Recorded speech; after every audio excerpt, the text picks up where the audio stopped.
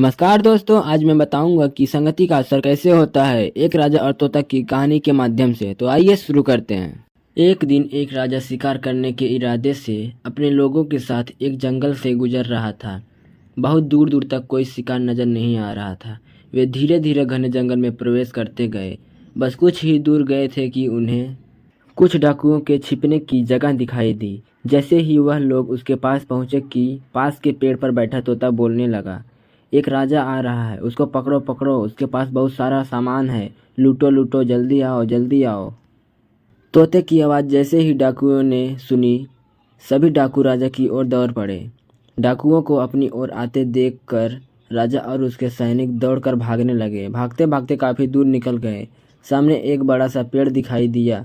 कुछ देर आराम करने के लिए उस पेड़ के पास चले गए। जैसे ही पेड़ के पास पहुँचे कि उस पेड़ पर बैठा तोता बोलने लगा, आओ राजा, हमारे साधु महात्मा की कुटिया में आपका स्वागत है। अंदर आके पानी पी लीजिए और आराम कर लीजिए। तोते की इस बात को सुनकर राजा हैरान में पड़ गया और विचार करने लगा कि एक ही जाति के दो प्राणियों का व्यवहार इतना अलग अलग कैसे हो सकता है।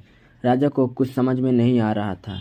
वह तोते की बात मानकर अंदर साधु की कुटिया में चला गया। साधु महात्मा को प्रणाम कर उनके पास बैठ गया और अपनी सारी कहानी सुनाई और फिर धीरे से पूछा, ऋषिवर, इन दोनों तोतों के व्यवहार में आखिर इतना अंतर क्यों है। साधु महात्मा ने आराम से सारी बातें सुनी और बोले, ये कुछ नहीं राजन, बस संगति का असर है। डाकुओं के साथ रहकर तोता भी डाकुओं की तरह बन गया है और उनकी ही भाषा को बोलने लगा है। मतलब जो जैसे वातावरण में रहता है वह वैसा ही बन जाता है।